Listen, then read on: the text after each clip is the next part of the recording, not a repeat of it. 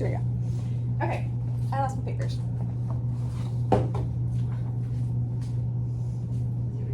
It's already recording, yeah. So I can edit it as I need to. I'm going to be doing a presentation on radiation safety. These are my coworkers, Monique and Gabby. I'm not going to move the camera, but I have more coworkers up there, Janie, and then the doctor. So I have little handouts for everyone, just about highlights on the presentation to take home. And then to start off, I know we all know about radiation and radiation safety, but it's always good to review, and this is just a topic I chose for my presentation. Also, when I'm talking about radiation, I'm going to be talking about the radiation specifically from the X-ray machine, because that's the only type of radiation we deal with. So, if you guys don't mind pushing the down button, thank you. What are X-rays? X-rays are a form of electromagnetic radiation. They have short wavelengths, which means that they have higher energy. So radiograph machines generate X-ray beams that pass through the body and onto digital media, which produces the negative type image that we see at the end. And any time a radiograph is taken, radiation is emitted. Thank you. So this is just a picture illustrating the type of electromagnetic radiation. There's the different waves and the different radiation. Lots of things put out radiation, TVs, radios, cell phones, all that jazz. I remember when cell phones first came out and I was a kid and I was told not to keep my flip phone in my pocket because they said I was going to fry my ovaries. Which obviously that type of radiation is not strong enough to do that, but some can, such as X-rays. And then you can also see that the shorter the wavelength, the stronger the radiation. And X-rays are almost all the way to the end. How an X-ray machine works, I mentioned that X-rays are machines generate the X-ray beams. So there's the metal shielding, the lead casing, and then the glass envelope. And then we have the anode and the cathode. And between the anode and the cathode is where the X-rays are formed. The energy travels through the machine to the cathode, and electrons bounce off the anode and then come down into the window, which produces the rays. Types of radiation. There are two types of radiation. There's primary beam and there's the scatter radiation. Primary beam exposure, as you know, is usually with error. A pet pulls you too hard and your hand gets in there, or if you're trying to make sure you have the whole neck of a thorax and it's a pug and it doesn't have a neck, sometimes your hand can get in there. Okay, so what I remembered, because I can remember something. Jamie, I'm presenting. Oh. Check the notes. Anyways, yes, so primary beam exposure, not good, it should not be happening. Codes for our safety and for diagnostic images. And then something that I didn't realize is that the lead gloves only cover, protect you from 25% of the primary beam exposure. So I initially thought that if you had the gloves on in the primary beam, you were totally protected. You are not. You can still get exposure from that. And then the scatter radiation is the big one.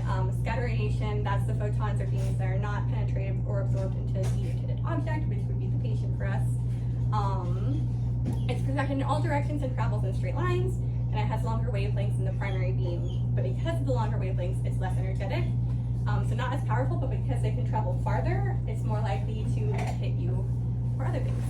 And also excessive scatter can also affect the image quality of the X-ray.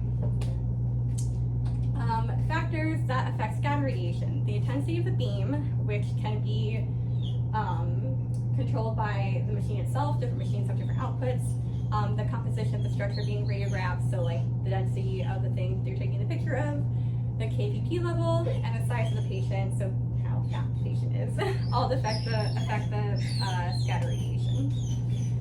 This is just a diagram on how the images show up on the picture. So like denser things like metal and bone are going to be whiter, and then things that aren't as dense like tissue and fat are going to be dark gray to black and harder to see. KVP, that was one of the things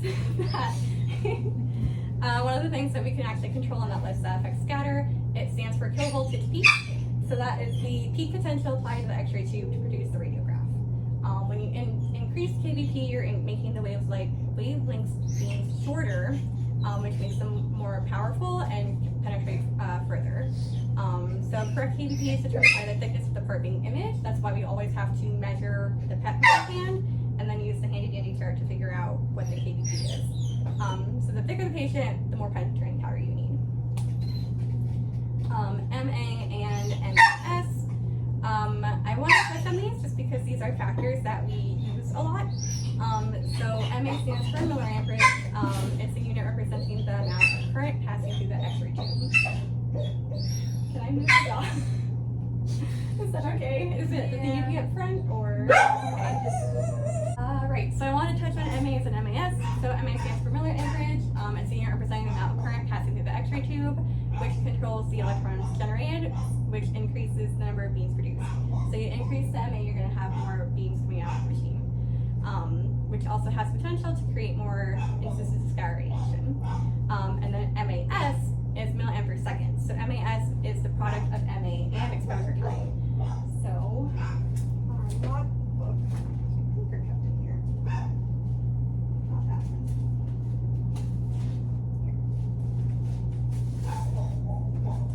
one. So in our logbook, how it has VUCM, KB, MA, and then seconds, we always write 1/120th because the seconds is 1/120th on there.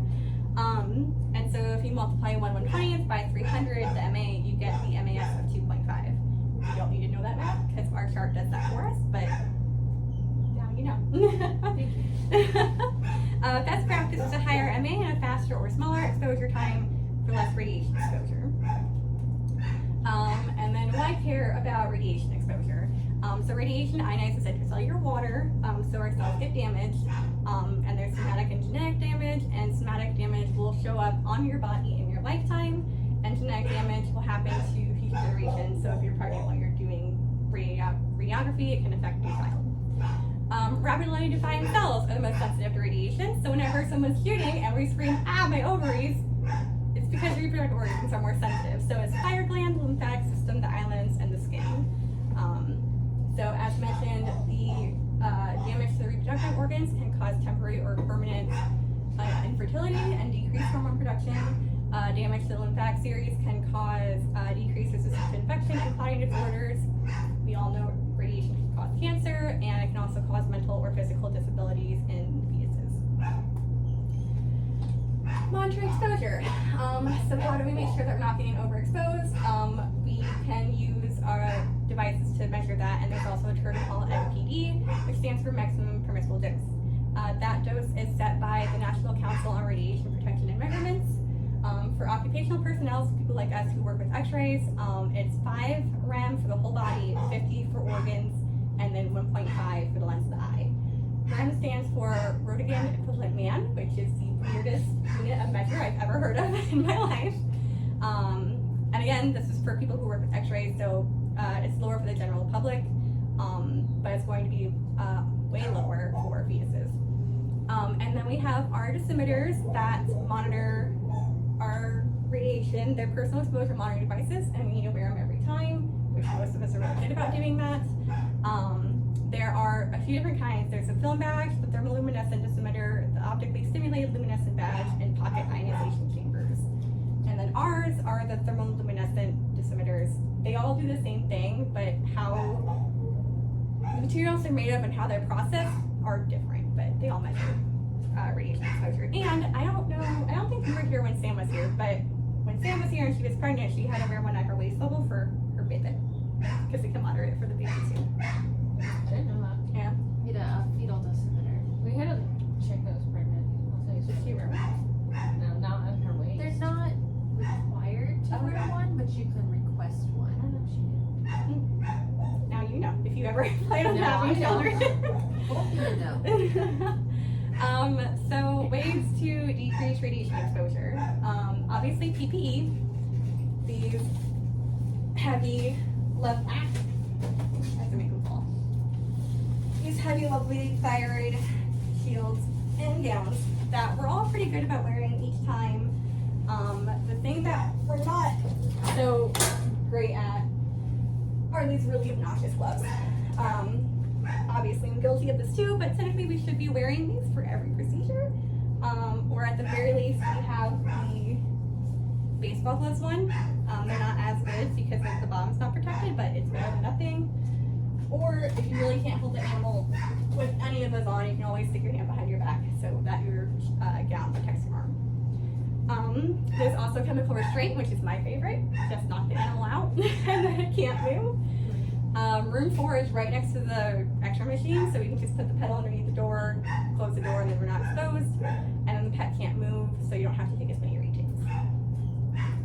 Other ways to decrease is culminating. Culmination affects the field size of the primary beam, so you're restricting the beam's volume, and thus radiation exposure and scatter, which we're all good about, culminating to the size of need. And then finally, distance. If you're not the one taking the image, you really shouldn't be in the area. Minimum distance is 6 feet away from the source of radiation. If you're any closer than that, you're gonna have PPE on. Some examples of good and bad technique. So for the good side, we have those two ladies with their PPE on, and they're looking away from the over-dramatized scatter radiation that's hitting them. And then underneath that is a sedated dog. Again, sedation is a great way to ensure they don't move and to stay out of the way. And then for bad examples, we have a picture of some hands in the X-ray image, which obviously is not supposed to be there. And the bottom image is better, but because they have their PPE on, but they're leaning towards the primary beam and they're looking directly at it.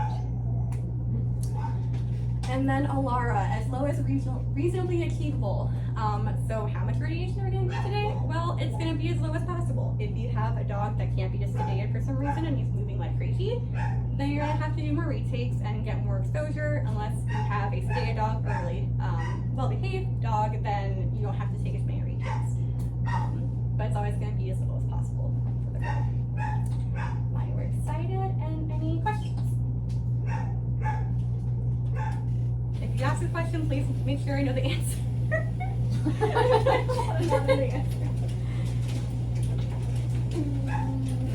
I mean, you don't have to ask a question. I just have to ask if you have a question. So, okay, that's it. That was awful. Thanks, guys.